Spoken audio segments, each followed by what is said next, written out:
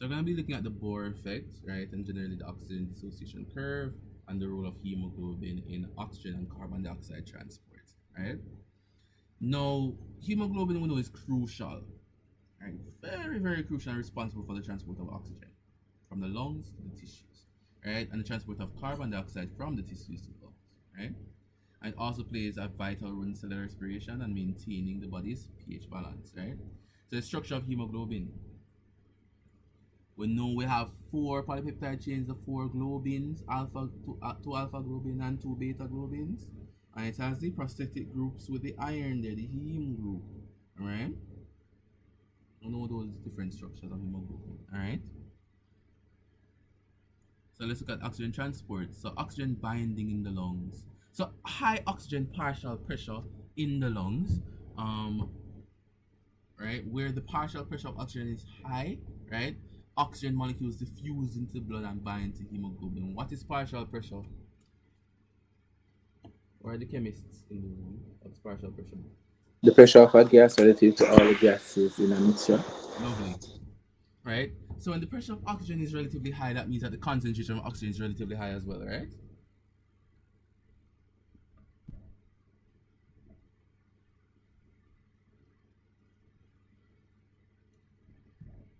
So we have that there. Generally mixes and separation things, right? So we'll look at these things in Unit 2 chemistry and we learned it in Unit 1 chemistry, right? So oxyhemoglobin formation now. So the hemoglobin will bind, right, to the oxygen, right, to form oxyhemoglobin. So the binding of the oxygen in hemoglobin is cooperative, meaning that as one oxygen molecule binds, the affinity of the hemoglobin for the next oxygen molecule increases. So remember, we have four different heme group, right? So if we bind oxygen to hemoglobin, it's going to increase the affinity for it to bind to another, and will continue to increase the affinity. So as long as we have one oxygen bind, we're increasing the likelihood of oxygen binding to the hemoglobin, right? We have oxygen release now in tissues when oxygen has a low partial pressure, right? In peripheral tissues especially, right? Oxyhemoglobin releases oxygen. So the Bohr effect, the release of oxygen is facilitated by conditions in the tissue such as the lower pH and high concentration of carbon dioxide, which lowers hemoglobin's affinity for oxygen, promoting oxygen release. All right. So carbon dioxide transport, now look at the opposite now. The metabolic activity would have produced carbon dioxide, right, as a byproduct within cellular metabolism, and it diffuses into the blood, right? Now, when we look at this of CO2, about 7 to 10% of CO2 is transported, dissolved in the plasma, right? But around 20 to 30% of it is transported in carbon aminoglobin. 20 to 30% of carbon dioxide binds the hemoglobin, forming carbaminohemoglobin, right?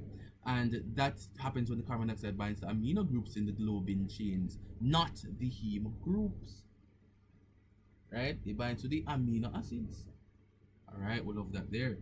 Bicarbonate ions now is the majority of the CO2, right? So the majority of the CO2, 60 to 70% is transported as bicarbonate ions. CO2 diffuses into red blood cells and reacts with the water to form carbonic acid, catalyzed by the enzyme carbonic dehydrase. Not dehydrase, but carbonic anhydrase rather, right? So we have that, and we spoke about that before, right? Carbonic acid then dissociates into two bicarbonate ions and hydrogen ions. Look at that. Look at the acid-base reaction happening there. We have CO2 is released in the lungs. The reverse reaction occurs in the lungs, right? So the entire process reverses. So what we're gonna have now is the bicarbonate ions, right? They're gonna re-enter the blood cells, right? They're gonna change themselves, right, back into forming carbonic acid, and then, right, it's gonna dissipate into carbon dioxide and water, right? Then the CO2 diffuses into the blood, right, through the alveoli where it is exhaled. All right. So we have that entire process outlined there. Okay. All right. please remember the cooperative bonding of oxygen to hemoglobin is important. Alright? So let's look at the oxygen dissociation curve. Before we start there, are there any issues? Go ahead. Sir, could I see the chemical equation, please? The chemical equations. Here, this down here. Yes. So carbonic water produces the carbonic acid, which dissociates to carbonate, hydrogen carbonate, and protons, right? So this is the forward reaction that is taking place, right, with when we're in high concentration of carbon dioxide. But when we're in low concentration of carbon dioxide, the equilibrium will shift to the left, favoring the production of carbon dioxide. Makes sense, right? Yes, sir. Lovely. The Chatelier's principle. Alright? So that is what's happening there. So when we reach the lungs now, right, that's what's gonna happen. So in the high concentration of carbon dioxide, the Chatelier's principle states that we must decrease the concentration of carbon dioxide. So we shift the reaction to increase the bicarbonates, right? Or in the lungs now, we have a lower concentration of carbon dioxide. So the Chatelier's principle asks us now to push equilibrium back to the left. Alright? So let's look at the oxygen dissociation curve and the beauty of the chemistry in the biology. Alright? Let's have a look. The oxygen dissociation curve for adult hemoglobin is what we must look at. Because what does the syllabus say? The syllabus say in 3.6 of module 2, describe oxygen dissociation curves for adult hemoglobin. Full stop. Right? That is what we must look at. So looking at the ODC, oxygen dissociation curve, right, it's a graph that represents the relationship between the partial pressures of oxygen and the hemoglobin saturation of oxygen. All right, we're looking at oxygen, pressure of oxygen, partial pressure of oxygen, and the saturation of oxygen in the hemoglobin. All right. So it illustrates a sigmoidal curve, you know. So it illustrates how readily hemoglobin acquires and releases oxygen molecules into the tissues, and it's typically a sigmoidal curve. So we're going to have a sigmoidal shape to the curve, and the x-axis represents the partial pressure of oxygen in millimeters of mercury, and the y-axis represents the percentage of hemoglobin saturation, the SaO2. Let's look at this face of the curve.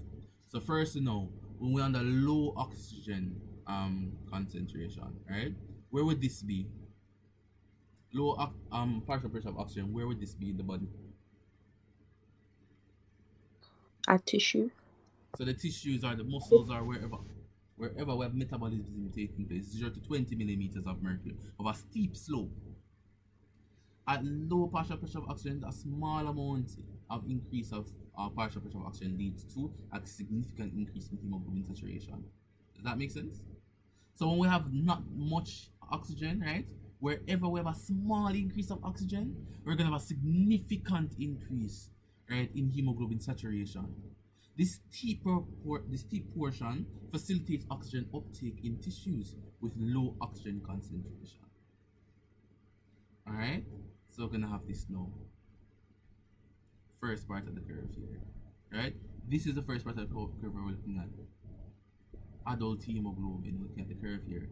So when we have little to no oxygen partial pressure, right? When you look at it, as it increases a little bit, we have an exponential increase or a large increase now, right, in the hemoglobin saturation.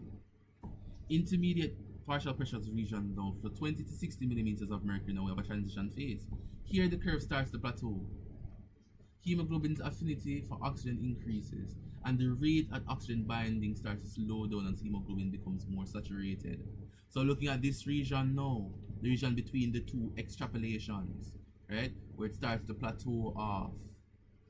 Okay, so looking at that, what do we state now? The affinity of oxygen increases and the rate of oxygen binding decreases.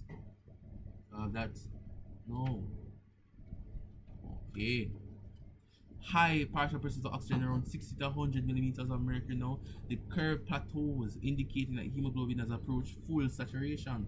This region corresponds to oxygen-rich environment in the lungs, where hemoglobin picks up the maximum amount of oxygen. So looking at out here, this entire area here. So let's look at this. We have low regions of oxygen, right?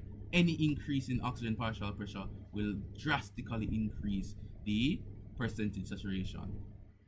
After a while now, we're gonna have the saturation rate decreasing, right, as partial pressure of oxygen increase.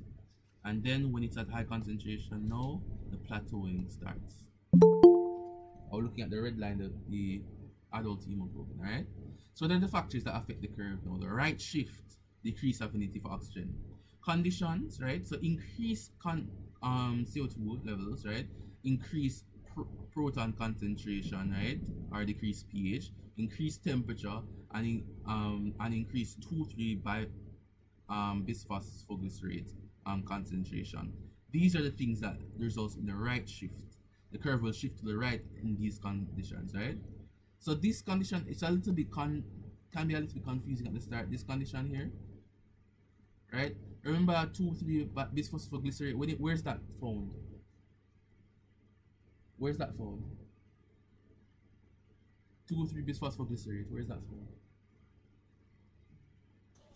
In glycolysis. In glycolysis. So when we have a high rates of glycolysis, we're gonna increase in carbon dioxide concentration. That's what it means by increased concentration of 2,3 bisphosphoglycerate. Lovely. But we normally use temperature, concentration, and acidity. Well, temperature, partial pressure of carbon dioxide and acidity, right? So effect now, it facilitates oxygen release to the tissues, right? Useful during exercise and metabolically active tissues, right?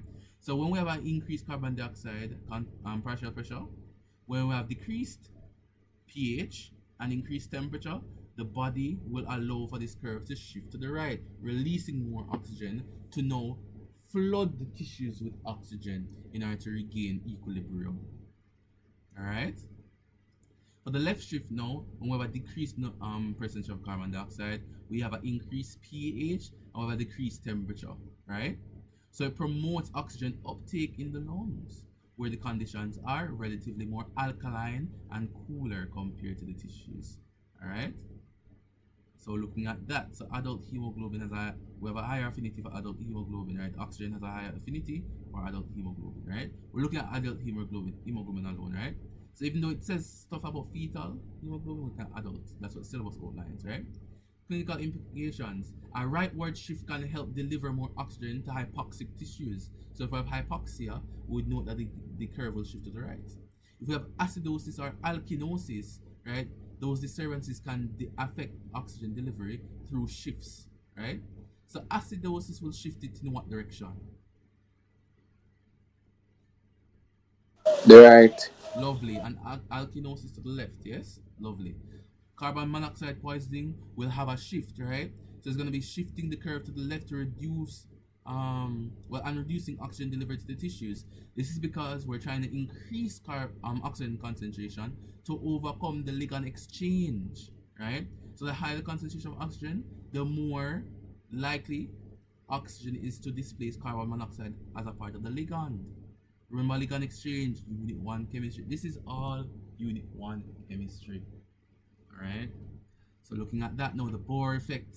The Bohr effect describes a physiological phenomena where hemoglobin's oxygen binding affinity is inversely related to both the acidity and the concentration of carbon dioxide, full stop.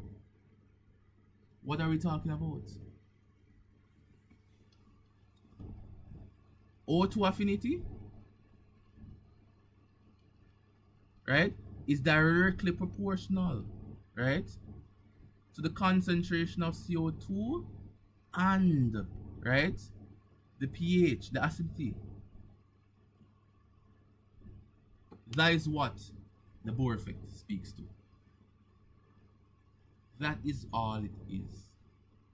O2 affinity, why the O not looking at O? O2 affinity is indirectly proportional rather, or inversely proportional to CO2 concentration and acidity, right? So in tissues, we'll look at this reaction already. We'll look at what's happening already. We spoke about it. What we're gonna do now is look at the curves, right? We're gonna look at the curves. Wait, the curves weren't already there? It seems I've mistakenly not put the curves into the slide. Let me go for the curve. Give me one moment. My apologies. My sincerest apologies. The curves are in my download, so I forgot to add it to the PowerPoint.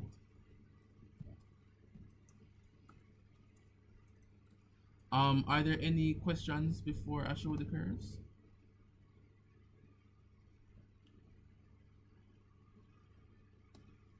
Well, it's one curve I'm going to show, still enough. Any questions or concerns before I show the curve?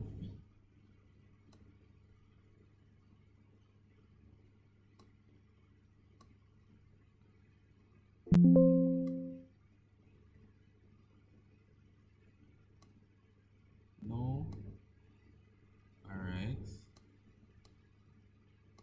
Adding this now. Let's get back focused on what we're doing. Okay.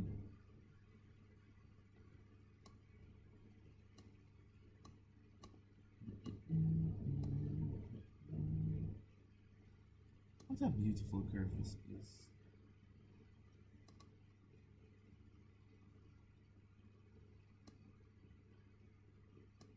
Alright. So I need to share about the screen, yes? So let me share about the screen real quick. No, this is the curve we're talking about, alright? So we have the shift to the left. Right? So we're not seeing. You're not seeing it now? You can see it now? Yes, sir. Alright, lovely. So a shift to the left when there is a low concentration of carbon dioxide. Right? The thing is now we can all understand through carbon dioxide as chemists. Right? Because the thing is now, if we have a low concentration of carbon dioxide, what does that mean for oxygen? High, right? Yeah. Lovely. And if we have a high concentration of carbon dioxide, what does that mean about the pH? What's gonna be happening? Let's try to explain principle. pH is going to decrease. And what causes that decrease in pH? Why does high CO2 concentration lead to low pH?